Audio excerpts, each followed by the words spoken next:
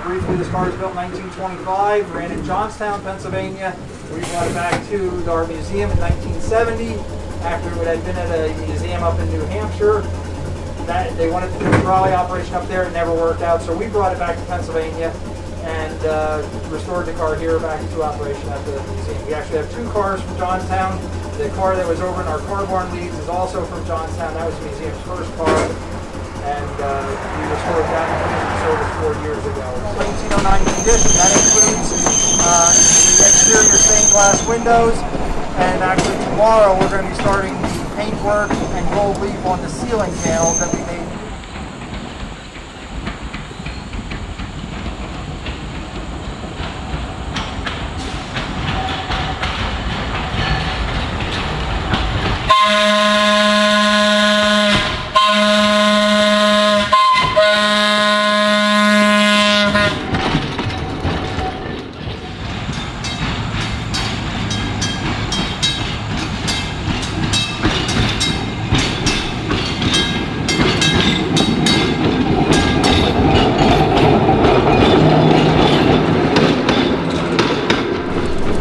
Get to push the button to open the door, so that is such a cool thing for the kids.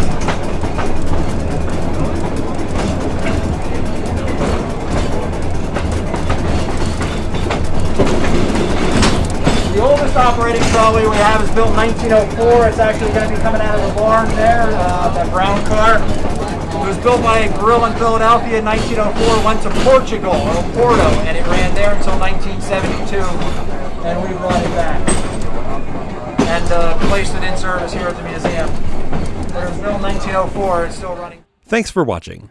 Please visit bigjimvideo.com for more.